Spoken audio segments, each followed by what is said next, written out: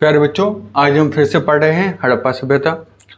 आज हम बात करेंगे हड़प्पा सभ्यता के बारे में कुछ डिटेल में। ठीक है, थोड़ा समझने की कोशिश करते हैं कि हड़प्पा सभ्यता का समाज कैसा रहा होगा, वहाँ राजनीतिक जीवन किस तरह का होगा, ये सभ्यता कब से कब तक रही होगी, इसकी उत्पत्ति और विनाश का कारण क्या रहा होगा। इसी विषय में आज हम ये कक्षा की शुरुआत करते हैं। इसी विषय से देखिए, सबसे पहले समझना होगा कि समय रेखा क्या है हड़प्पा सभ्यता की। हमने कहा ठीक है जी, आज हम 2024 में हैं, हमने इसे 2024 ले लिया। 2024 यानी 21वीं सदी, 21वीं शताब्दी। कुछ वर्ष पहले भारत आजाद हुआ था, 1947, 1950। ऐसे ही कुछ समय पहले 1700 समथिंग, 1707, जिसमें औरंगजेब की मृत्यु हुई थी। और 15वीं शताब्दी मुगल एम्पायर का स्टार्टिंग, बाबर आते हैं। इसी प्रकार ऐसे करते करते विभिन्न सभ्यताएं आई गई। हम यहाँ आ जाते हैं शून्य। इस पूरे शून्य से अभी तक के समय को हम बोलते हैं एडी, एना डोमिनी।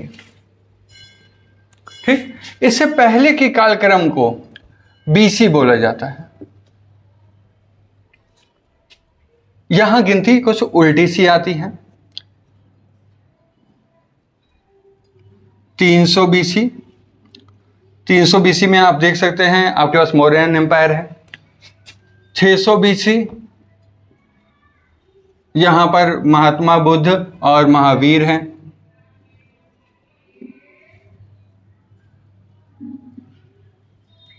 1000 लोहे की खोज। और 1500 बीसी से 1000 बीसी को हम कहते हैं ऋग्वेदिक काल। इसको बोलते हैं लेटर वैदिक काल, यानी उत्तर वैदिक काल। इस पूरे समय खंड को बोला जाता है वैदिक काल। ठीक,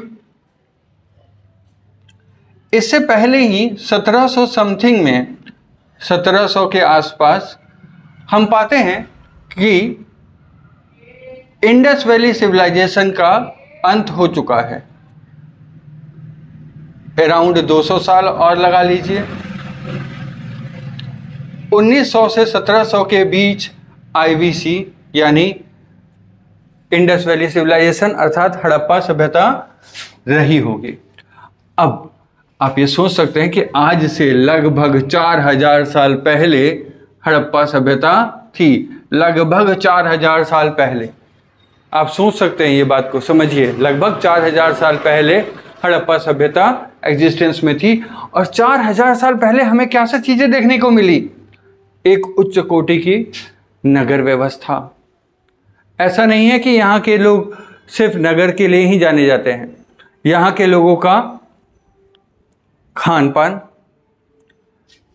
आप ये जानकर आश्चर्य करेंगे, यहाँ आपको मिलेंगे क्या कि मालाएं विभिन्न प्रकार की, साथ साथ में एक चीज मिली है, उत्तर लिपस्टिक।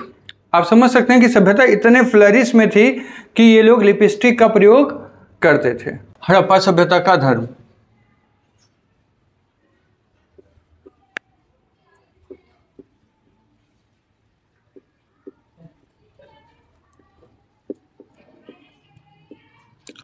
अगर हड़प्पा सभ्यता के धर्म की बात करें तो मुख्य मत सामने आते हैं। पहला है आदि शिव, आदि शिव या पशुपति, पशुपति शिव। दूसरा प्रकृति प्रेमी, प्रकृति पूजा, ये लोग प्रकृति की बहुत ज्यादा पूजा करते थे। तीसरा नाग या नागा संप्रदाय या नाग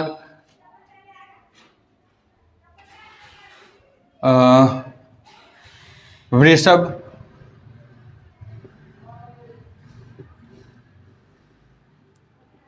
आदि जानवरों की पूजा।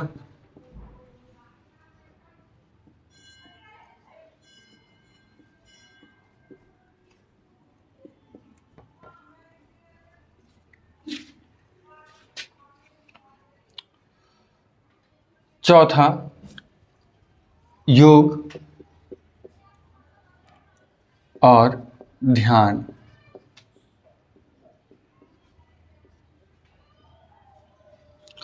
कर्मकांड भी।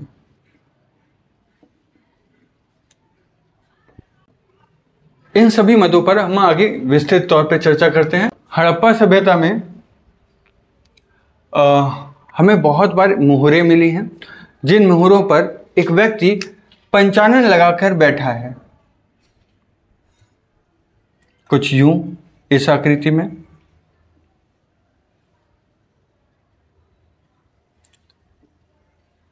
यह एक यौगिक मुद्रा है। इस व्यक्ति के पास सींग है और कुछ हद तक यह व्यक्ति नेपाल में, कहां पर? नेपाल में। नेपाल के पशुपतिनाथ मंदिर में जो मूर्ति है आदि शिव की, उससे सिमिलर, उनके जैसा एक रूपता रखता है। तो इसे शिव भक्ति धारा से जोड़कर देखा जाता है। प्रकृति पूजा। यहां एक मूर्ति मिली है जिसके पेट से पौधा निकल रहा है। ये लोग उर्वरता की देवी के तौर पर शायद उनकी पूजा करते हों, ऐसा विद्वानों का मत है। नाग, वृषभ यानी कि आपने देखा होगा कुभड़ वाला बैल, सांड, कुछ पक्षी जैसे डव और अन्य भी इस तरह के जीव जंतु, बाघ, शेर, ये यहाँ पर मिले हैं। इनकी बार बार मूर्तियाँ मिली हैं, जिससे यह अंदाज़ा लगाया जाता है कि ये लोग इन जानवरों की पूजा करते होंगे। इसके पश्चात योग ध्यान का तो आपने यहाँ पर देख ही लिया कि इनके पास यौगिक मुद्रा थी और इससे अंदाज़ा लगाया जा सकता है कि योग यहाँ पर मौजूद है। पर कुछ आश्चर्यचकित कर देने वाले कर्म कांड भी यहाँ देखने को मिले हैं।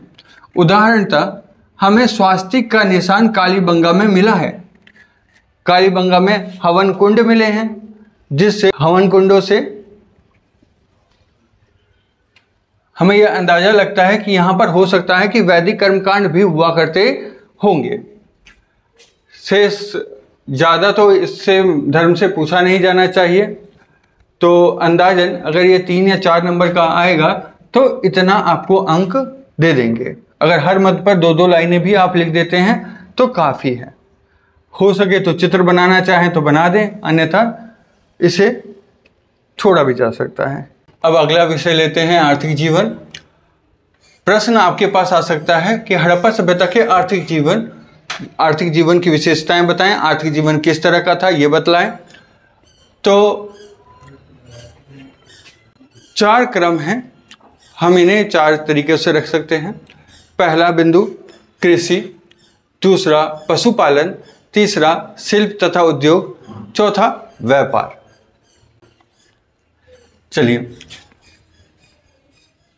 धान की भूसी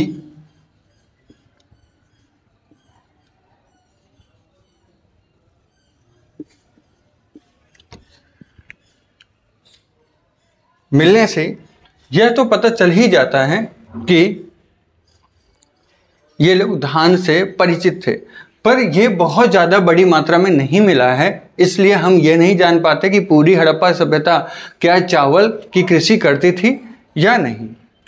पर मुख्य तौर पर गेहूं, जौ आदि की कृषि के प्रमाण मिले हैं। यहां पर एक ही भूमि पर 2-2 के खेती करने की मतलब दो फसलों को एक साथ लगाना, उनकी उपज लेने की व्यवस्था का पता चला है। शेष लोगों का आर्थिक जीवन पशुपालन से चल रहा था, क्योंकि हम यहाँ पर बहुत सारे छोटे छोटे खिलौने देखते हैं जिनमें बैलगाड़ियां हैं, पशु हैं, पशुओं के छोटे छोटे खिलौने हैं। ठीक, तो इनसे हमें पता चलता है कि यहाँ पर बहुत बड़े पैमाने पर पशुपालन हुआ करता था। फिर शिल्प उद्योग, हम यहाँ मनकों से बने हुए मालाएं, सील, जो मृत भांड हैं अर्थात बर्तन, विभिन्न प्रकार के कांसे के बर्तन, अन्य इन चीज़ों से संबंधित चीज़ों का उद्योग। फिर घरों के अंदर भी छोटे छोटे उद्योग, बुनकर उद्योग, विभिन्न प्रकार के, ये सब यहाँ पर जरूर होते होंगे, इसके भी प्रमाण मिले हैं। आप ऐसे समझ सकते हैं कि हमें यहाँ से मिले हैं सुइयों से पता चलता है कि ये लोग जरूर सिले कपड़े पहना करते होंगे। कपास की कृषि के लिए इसे हड़प्पा सभ्यता को विशेष तौर पर जाना जाता है, कपास की खेती अर्थात सूती वस्त्र उद्योग के लिए। मेसोपोटामिया तक यहाँ के वस्त्र जाया करते थे। मेसोपोटामिया के लोग हड़प्पा सभ्यता वालों को मेलुहा बोला करते थे। व्यापार की बात की जाए तो व्यापार यहाँ पर दूर दूर तक हो रहा है। व्यापार के प्रकार थे पैदल, पास के दूरी के लिए ये लोग पैदल, बैलगाड़ियों से,